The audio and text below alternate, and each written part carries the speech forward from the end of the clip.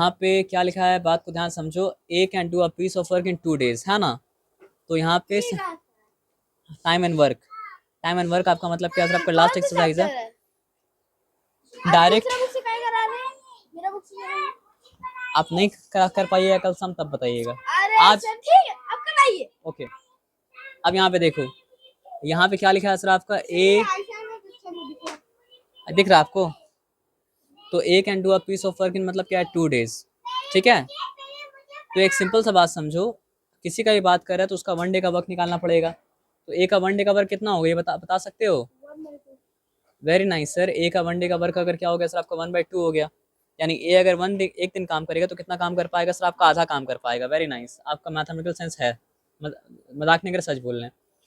तो बी पूरा काम अगर करेगा तो बी को पूरा काम करने के लिए मतलब क्या सर आपका 3 days लगेगा। तो बी का मतलब क्या सर आपका 1 डे का वर्क क्या होगा सर आपका 1/3 होगा। तो अगर ए और बी साथ मिलके काम कर रहा है तो दोनों का 1 डे का वर्क कितना होगा, नहीं 1/2 प्लस मतलब क्या सर आपका 1/3, ठीक है। तो उसको अगर आप ऐड करोगे तो 6 हुआ, ठीक है। अब 6 अगर हुआ नीचे, ऊपर क्या होगा, 2 3 होता है, तो यहाँ पे 3, और हाँ तो 5 मतलब क्या 6 हो गया। तो ये ए बी का 1 डे का वर्क है, वो मतलब क्या सर आपका 1/5 है, ठीक है। तो पूछा गया है the amount of if A, हाँ 5/6 है। अब यहाँ पे पूछा क्या है, if A and B work together the amount of work done by them in 1 day. एक ही दिन पूछा है, तो एक दिन में कितना वर्क कर पाएगा लोग सर आपका 5/6 ऑफ वर्क कर पाएगा। लेकिन अगर पूछता है कि वो लोग को काम करने में कितना टाइम लगेगा तो उसका उल्टा होता, तो क्या हो जाता, 6/5 हो जाता है ना। ये बात पता है ना। चलो ठीक है, तो देखो ऑप्शन करेक्ट चूज कर लो। यहाँ पे 5/6 ऑप्शन में है, हाँ 5/6 ऑप्शन में है, तो हम 5/6 मतलब क्या चुन लिए। तो आंसर आंसर आंसर आंसर हाँ 5/6 ऑप्शन करेक्ट है। अब आगे बढ़ो, चलो अब देखो क्या बोल रहा है सर आपका, देखो if 1/20 of a work can be done in 5 days, okay. 5 days में कितना वर्क हो पा रहा है सर आपका, 1/20 ऑफ अ वर्क हो पा रहा है।